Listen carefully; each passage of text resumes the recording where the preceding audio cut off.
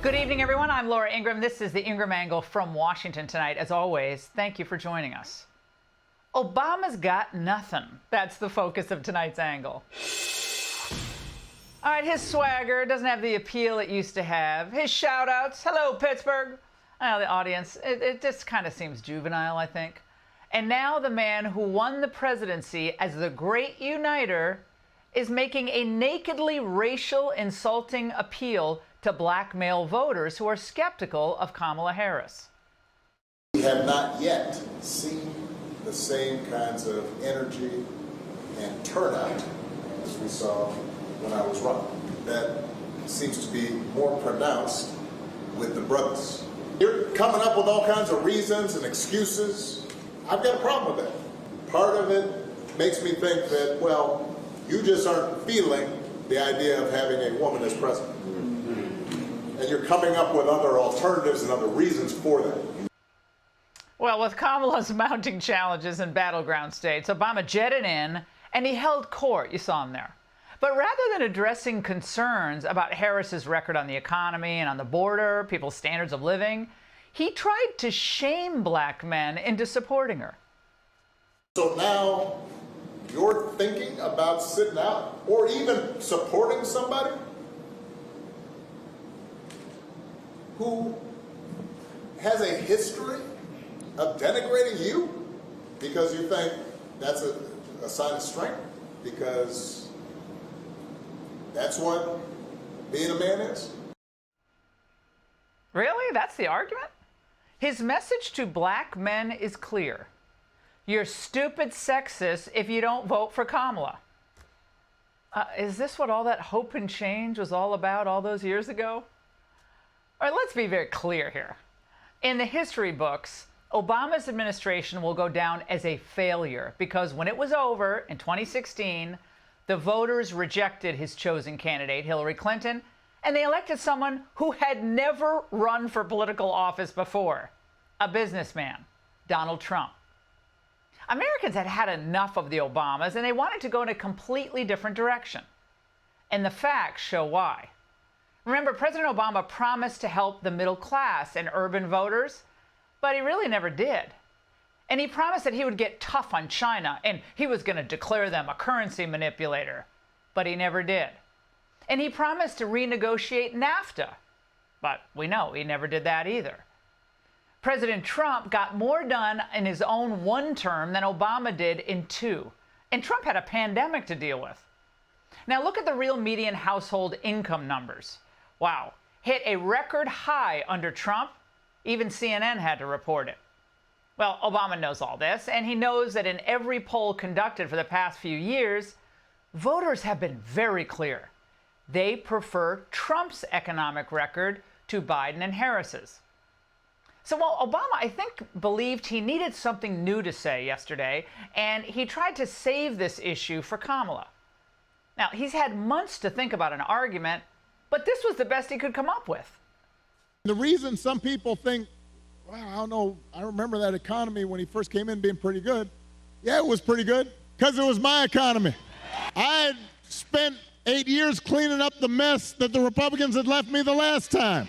So just in case everybody has a hazy memory, he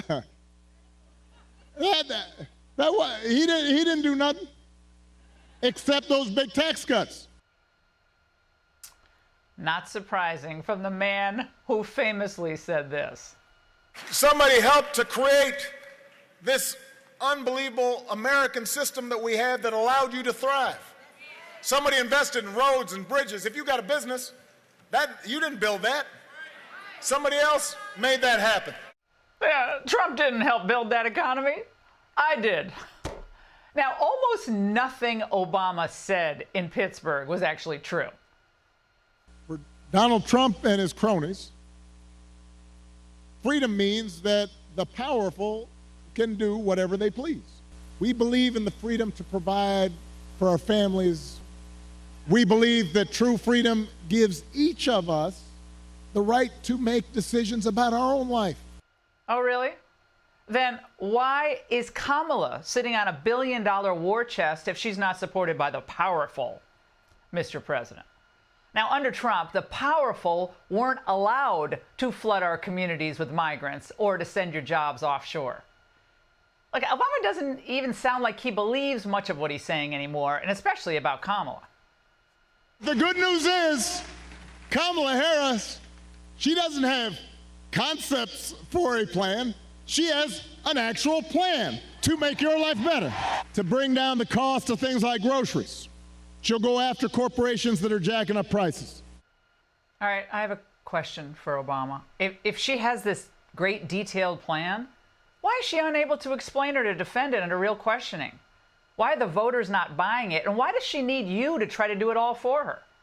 It's all ridiculous. And you know what else is ridiculous?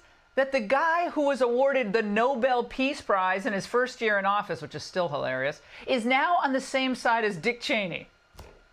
And the fact is, Obama's act was always phony. He was never a racial healer. He's a cynical fomenter of racial divisions. And he was never a champion of the working class. He supports and agrees with the same globalists and billionaires who support Kamala Harris today. And he was never really a peacemaker. He agrees with most of the Cheney's views on foreign policy now and supports the Cheney's picked presidential candidate. Now, this is his real record. And this is why the voters rejected his recommendation in 2016, Hillary Clinton, and this is why voters are rejecting his advice right now. He's always been kind of the same editor of the Harvard Law Review who learned to protect and defend the elites. He's comfortable with them. If you want to know about real estate, Martha's Vineyard, or hear about how to score floor tickets to the Knicks game, then he's your man. But if you're trying to figure out how to build a colorblind political coalition or raise living standards for the middle class, then he's the last person you should be taking advice from. As we told you last night, the problem for these people isn't their calm strategy. The problem is all of them are wedded to the same failed policies that have eviscerated our middle class. Meanwhile, President Trump has spent 9 years under relentless assault showing us that he is committed to the multiracial, multi-ethnic, multi-state coalition to improve life for all Americans. So voters, vote for your own interests. You don't owe Obama anything. He's going to be fine. He has his mansions and his movie and Netflix deals and his standing invites on private yachts in the south of France. Now, remember, he's the smartest guy they've got. And he's obviously been thinking about how to defend the Biden-Harris record for months. And in the end, all he's got is, you're being mean to her because you don't like women. In other words, they got nothing. And that's the angle. Hey, Sean Hannity here. Hey, click here to subscribe to Fox News YouTube page and catch our hottest interviews and most compelling analysis. You will not get it anywhere else.